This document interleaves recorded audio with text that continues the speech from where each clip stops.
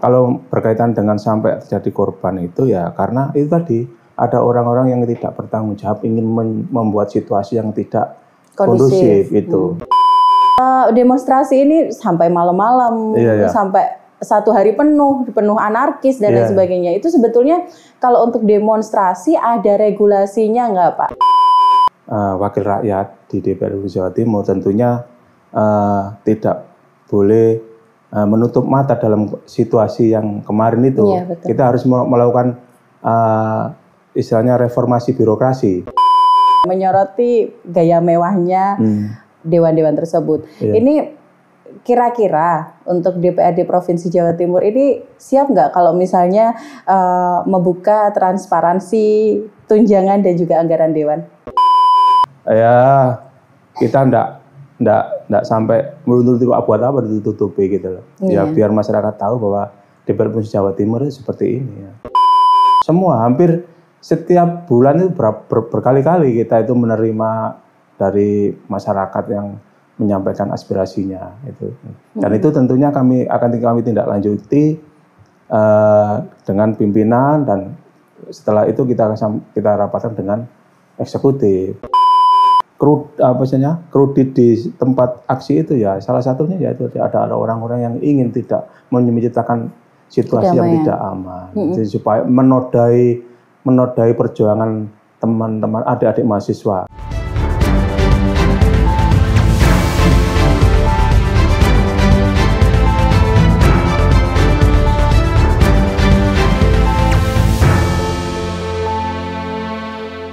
Assalamualaikum warahmatullahi wabarakatuh. Selamat datang di ABTV Podcast, bukan sekedar bicara, lebih dekat, lebih paham. Di ujung bulan Agustus 2025 kita menghadapi demonstrasi yang cukup besar, bukan cukup besar tapi besar-besaran begitu ya. Ini yang bermula dari kebijakan DPR RI terkait dengan tunjangan rumah anggota hingga mencapai 50 juta rupiah yang akhirnya ini dianggap tidak sensitif terhadap kondisi masyarakat saat ini yang masih kebingungan terhadap tekanan ekonomi, inflasi dan juga berbagai ketidakpastian harga bahan pokok. Nah, untuk membahas hal ini, hari ini kita sudah hadirkan narasumber. Beliau merupakan anggota Komisi E DPRD Jawa Timur dari fraksi Nasdem Dapil Jatim 10 membawai Jombang Mojokerto. Beliau adalah Bapak Haji Suwandi SE SHM Hum. Assalamualaikum Pak Suwandi. Waalaikumsalam. Iya, ini pertama pertemuan kita ya. Iya. Tapi sebelum kita membahas terkait dengan refleksi pasca demo sebagai pijakan membangun kesejahteraan sosial, saya cukup kepo nih dengan kehidupan sehari-harinya seorang Bapak Suwandi. Ini selain sebagai anggota Komisi E ya, ini apa Pak kegiatannya sehari-hari? Alhamdulillah. Terima kasih Mbak Eva ya. Hari ini kita bisa berbincang mengenai situasi dan kondisi Indonesia khususnya di Jawa Timur, ya kan? Lebih fokusnya di Jawa Timur berkaitan dengan pasca aksi demonstrasi di mana-mana ya Pak ya. Tapi sebelumnya kita akan berbicara mengenai sedikit latar belakang saya betul. Kan. Jadi saya ini kan sebetulnya aktivis ya, dari aktivis bukan seorang politisi ya, dari aktivis pekerja buruh. Iya, mulai tahun 97 ya. Itu, 97. Berarti pernah ini ya masa-masa waktu itu yang krisis itu demonstrasi besar-besaran Bapak juga menghadapi? Iya sama, jadi saya masih kerja di pabrik itu. Ya. Dan tahun 97, 96 masuk masih sebagai buruh harian, 97 sampai 98 ada krisis ekonomi kan, krisis yang benar-benar membuat Indonesia dalam kondisi kurang baik ya. Nah itu saya masih bekerja sebagai pekerja pabrik itu ya. Ya. Dan setelah itu perjalanan waktu ya saya tetap aja dari kerja di pabrik. Kemudian kalau pulang ya cari usaha-usaha kecil-kecilan gitu kan ya kan. Kemudian saya juga sendiri dari anak buruh tani ya, enggak punya sawah ya, jadi ya. Serius Pak? Iya, di Mojokerto itu ya di desa. Waktu itu ya masih belum ada listriknya, pakai diesel gitu. Nah inilah di sana saya ya, tetap semangat untuk bekerja, meraih prestasi, menginginkan seperti orang-orang yang dulu di kota itu melihat kebiarnya, kalau mau cari penerangan yang lebih terang ya harus ke Surabaya, ya kan? Karena di kota Mojokerto masih jadi kota kecil waktu itu ya. Dan saya di bawah Gunung Welirang rumah saya ini, dari Pacet ke bawah yaitu Desa Samangagung. Ya. Jadi luar biasa loh Bapak, bagaimana ceritanya kok jadi dari pertama buruh, kemudian juga anak buruh tani. Iya, ibaratnya itu dari lokasi yang mungkin tidak terfikirkan untuk menjadi seorang legislator begitu. Ini dukungan dari siapa nih yang paling besar? Itu kan sebetulnya bukan cita-cita saya. Bukan cita-cita politik gitu ya. Saya kepingin karena saya ini benar-benar aktivis pekerja buruh ya. Ya kita jalin aja jalan tahun, berjalan. Capek ya. Ketika saya sedang perasaan saya ini capek. Apakah setiap tahun harus melakukan aksi unjuk rasa, demo ke kabupaten, ke kota, ke provinsi gitu setiap tahun gitu. May Day gitu ya? Iya, bukan hanya May Day tapi tuntutan-tuntutan berkaitan salah satunya kenaikan UMK, ya kan? Nah itu setiap tahun. Nah saya pikir-pikir teman-teman ini tidak ada yang terjun ke politik sehingga yang jalur ke politik tidak ada gitu. Akhirnya coba ada teman saya almarhum juga itu saya disuruh kamu masuk ke politik aja, coba-coba gitu. Ternyata ya saya belajar ke dunia politik ya waktunya cukup lama juga, hampir 10 tahun ya, baru paham tentang politik itu. Dengan tujuan saya ingin mengawal usulan-usulan teman-teman pekerja buruh dan para pekerja-pekerja petani atau buruh tani yang selama ini kurang didengar oleh pemerintah gitu. Dan aspirasinya tidak bisa langsung masuk ke eksekutif maupun legislatif gitu ya kan. Paling kalau habis selesai unjuk rasa ya sudah selesai gitu ya. Akhirnya saya berusaha masuk ke politik itu. Dan itu pun perjalanannya enggak mudah ya. Nyalek di kabupaten enggak jadi, kemudian nyalek lagi provinsi enggak jadi. Baru ketiga kalinya saya nyoba mencalonkan kembali melalui Partai Nasdem ini, akhirnya saya terpilih dan saya juga nggak menyangka karena sudah nggak mampu saya ini. Saya ketiga kalinya nggak mungkin aku jadi. Di detik-detik terakhir putus asaan begitu ya. Iya, karena kan sudah karena politik ini juga ya nggak gratis gitu loh, karena untuk kendaraan politik itu juga butuh anggaran, butuh dana besar supaya apa? Bisa menyapa masyarakat, bisa menawarkan program-programnya dengan tujuan kita kalau sudah jadi dewan. Kalau teman-teman dari pekerja buruh sudah tahu, tidak perlu saya sosialisasikan karena sudah bersama-sama berjuang waktu itu. Tapi kalau masyarakat ini kan perlu ada keyakinan sosok saya sebagai seorang Suwandi Firdaus dari desa yang terpencil bisa melenggang. Nah, itu butuh waktu yang lama, akhirnya ya alhamdulillah. Dan ini mungkin yang kedua ya. Dapil saya Dapil Mojokerto Jombang. Sebelum dipecah itu dulu saya pernah nggak jadi kan. Dapil 8 ya, sama dengan DPR RI itu ya Nganjuk Madiun gitu. Akhirnya ketika dipecah saya dapat stand itu. Dan alhamdulillah sekarang ya saya tetap ambil yang di komisi berkaitan dengan kesejahteraan masyarakat gitu, berkaitan dengan pekerja kesehatan gitu itu Mbak. Jadi perjalanannya panjang gitu ya. Panjang sekali dari yang mungkin dianggap tidak akan pernah bisa melenggang dan saya sebagai legislator gitu. Saya bukan politisi murni juga. Iya baik. Gitu. Tapi biasanya yang hadir dari masyarakat ini justru akan membawa aspirasi masyarakat ke atas ya Pak ya. Insya Allah. Iya Mbak. Oke. Gitu. Melihat kejadian sekarang nih Pak ya. Demonstrasi di mana-mana. Jadi flashback nggak sih Pak kondisi saat krisis ekonomi waktu itu? Mungkin konteksnya berbeda ya. Cuman kan demonstrasi yang akhir Agustus lalu kita lihat mungkin untuk generasi saya itu adalah demonstrasi yang cukup besar di mana-mana, penjarahan, pembakaran seperti itu. Ini bagi Pak Suwandi sedikit flashback ke waktu itu nggak kira-kira? Iya,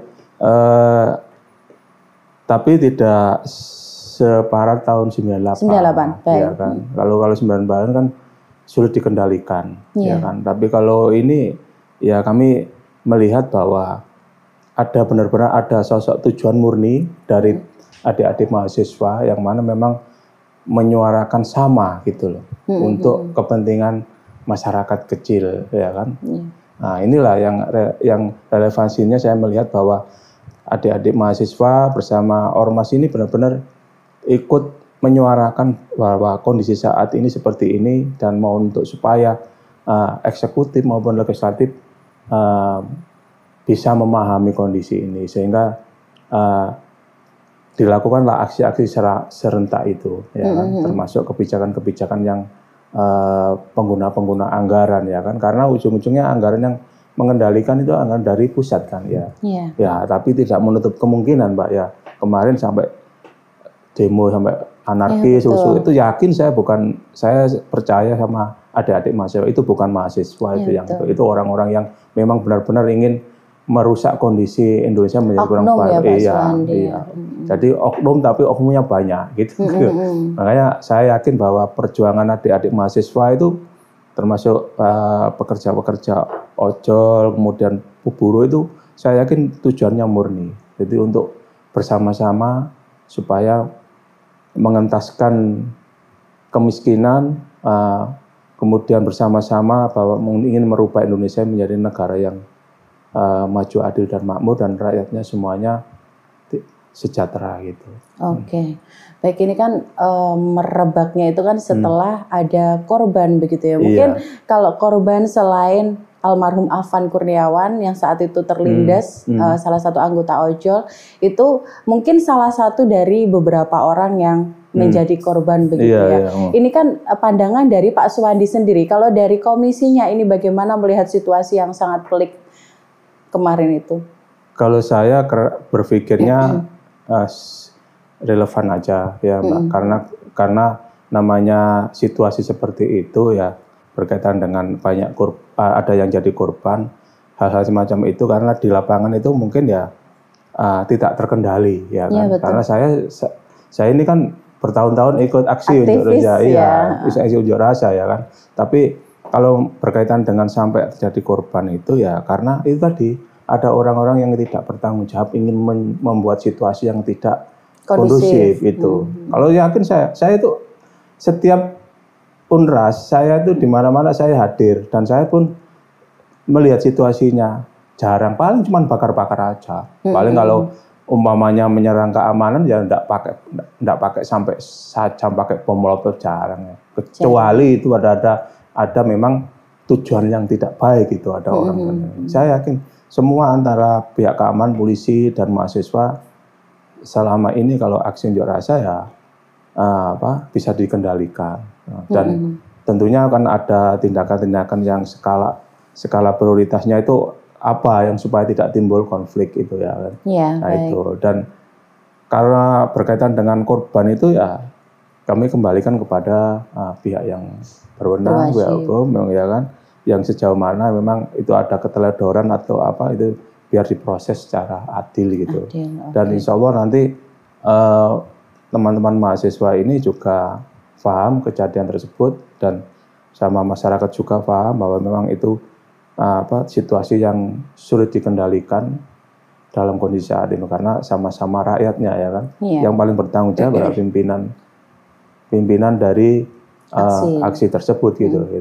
Oke. Pak Suwandi ini kan mantan aktivis gitu ya. Sebetulnya hal seperti itu ada regulasinya nggak sih Pak? Maksudnya untuk mengadakan demo seperti itu apa ada regulasi khusus gitu? Soalnya kita lihat demonstrasi ini sampai malam-malam, sampai satu hari penuh anarkis dan lain sebagainya. Itu sebetulnya kalau untuk demonstrasi ada regulasinya nggak Pak dari pemerintah pusat? Kalau regulasi itu pasti ada. Pasti ada. Iya, karena setiap izin melakukan aksi itu selalu harus mengikuti regulasi. Regulasinya ini. Yang tidak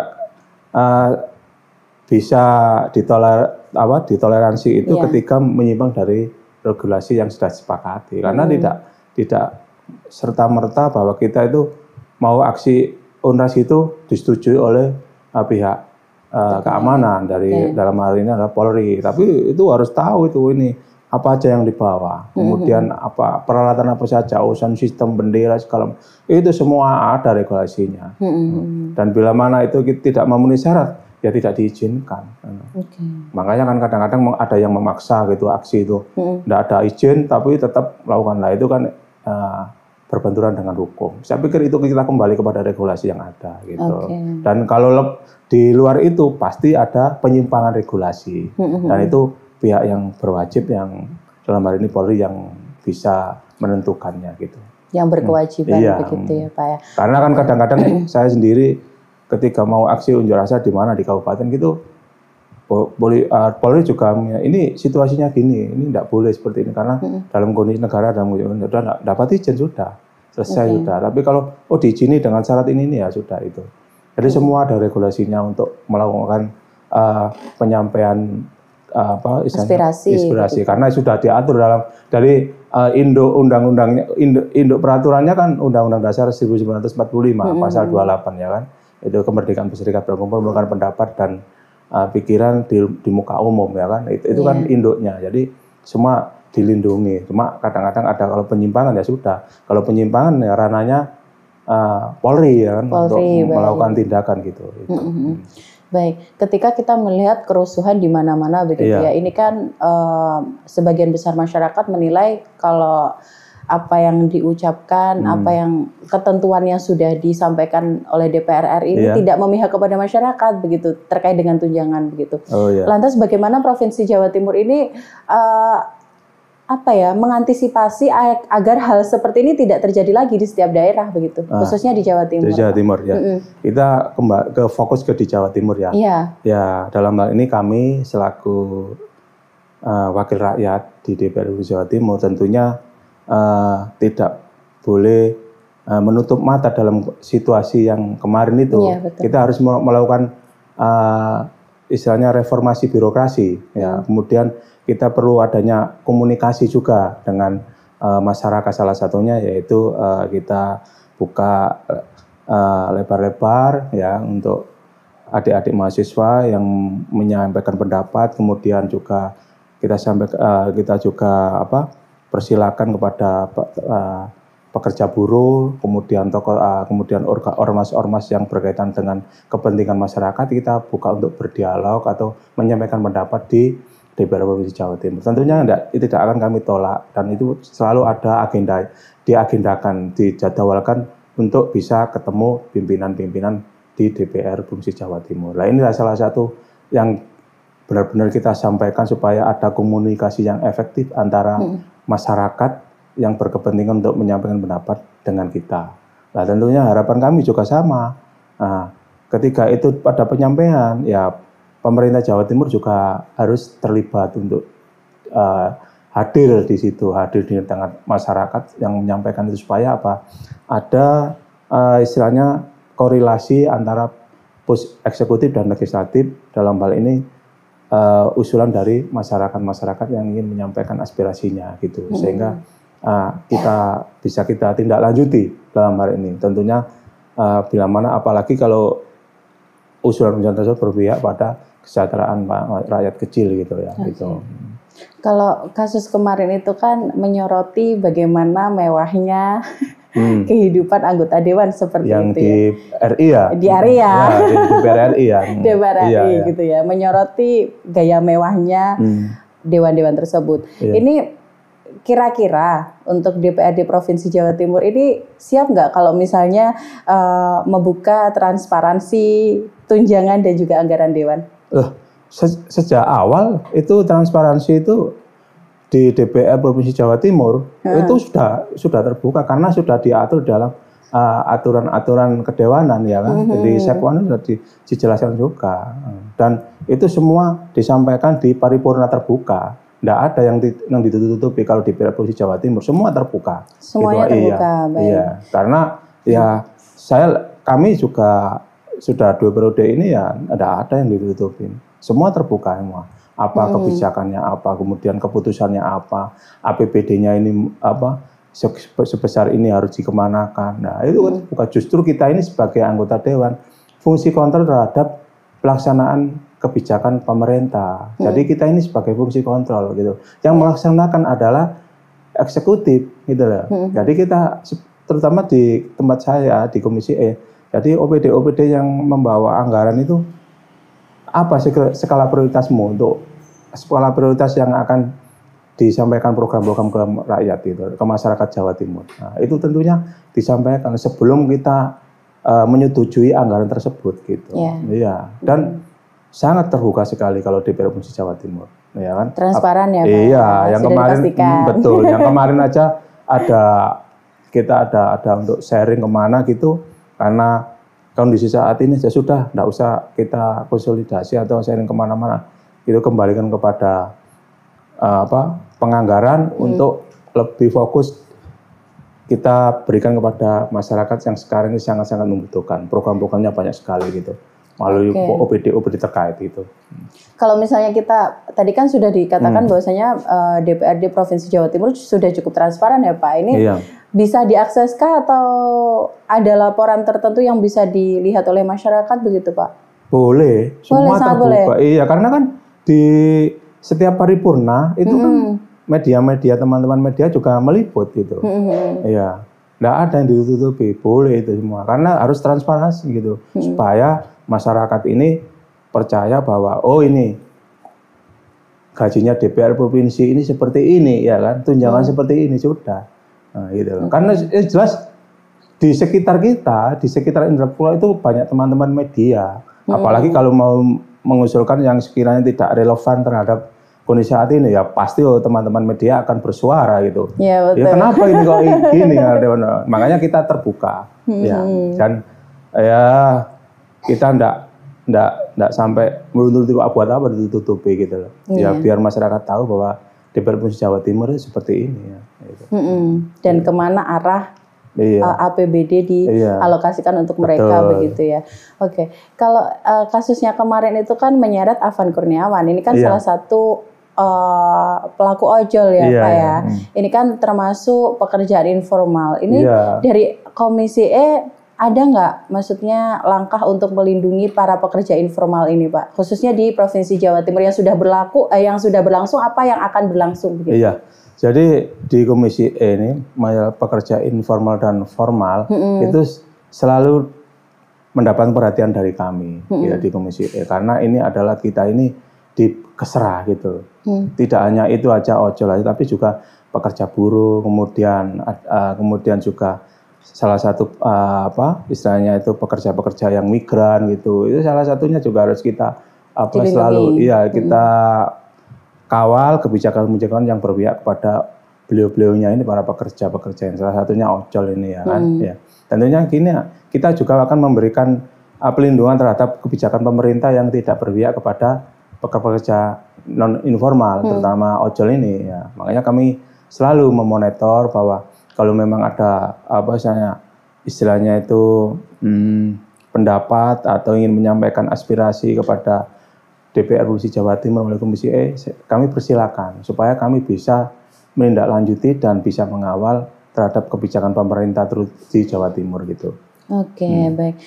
Begini Pak Suwandi, masyarakat ini kan ada lapisan masyarakat ya, berbagai elemen seperti itu.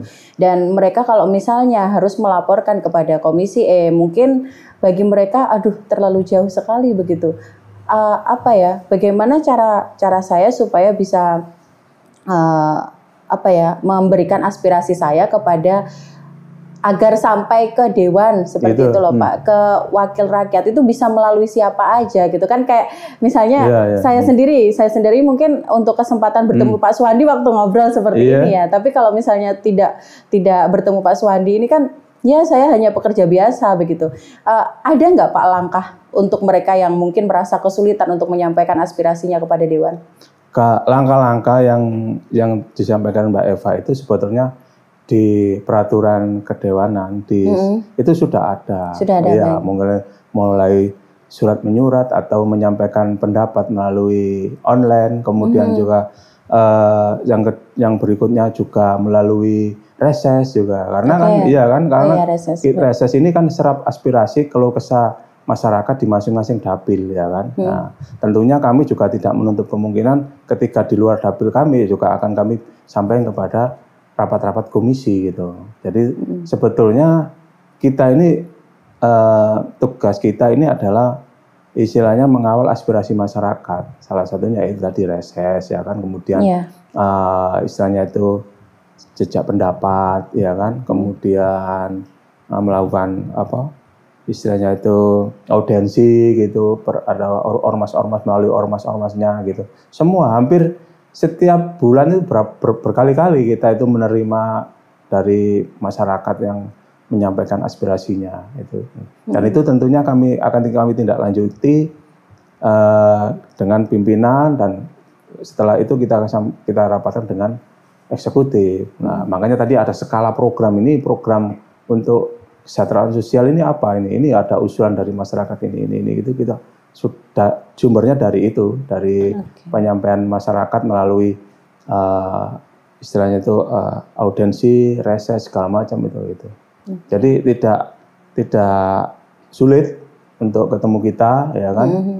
Kita sampaikan dan di situ di Indrapura itu di kantor kami juga, di kantor Komisi E ya juga bukanya terus ya kan, kecuali kalau hari Minggu dan Sabtu ya ini libur ya. Nah itu bisa langsung kirim surat itu untuk menyampaikan, dan tentunya melalui proses-proses yang ada aturannya di kedewanan di kantor kami di Indrapura itu. Oke, berarti ini membuka aspirasi masyarakat juga melalui online juga ya Pak? Betul, karena tanpa itu kita hanya mengandalkan reses ya.